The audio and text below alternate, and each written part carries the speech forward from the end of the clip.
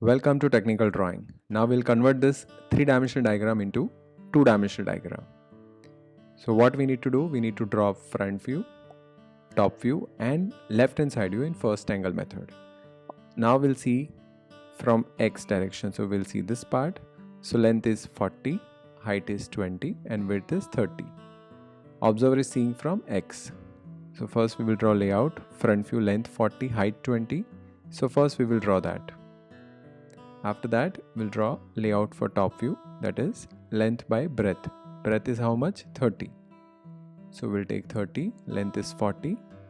Then we can project from top view, wherever it will cut at 45-degree line, from there we'll draw up.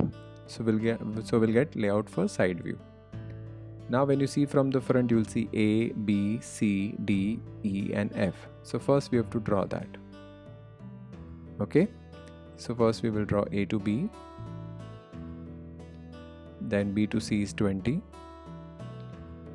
then C to D is 10, then D to E is also 10, vertical down, then E to F, which is remaining distance. So we got this much part.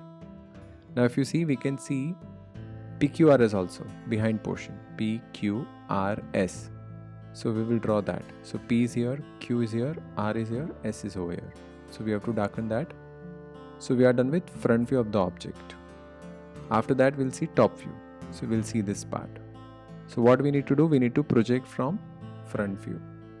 And this is 10. So we'll take 10 from here and we'll draw this L shape. Right? See this line? So we'll go step by step. First we will darken this L shape. Boundary line is dark. So we got the required top view. See this. Now for side view, again we'll see L shape, which we can draw it over here. So I will take it from top view and front view. Side view is very simple. You need to just take it from front view and top view. So you will get it. See this L shape and the behind portion. So that we can draw. After this, we'll do dimensioning. And always remember, in dimensioning, the smaller dimension will come inside and the larger dimension, bigger dimension will come outside.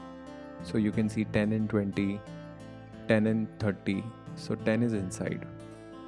Thank you.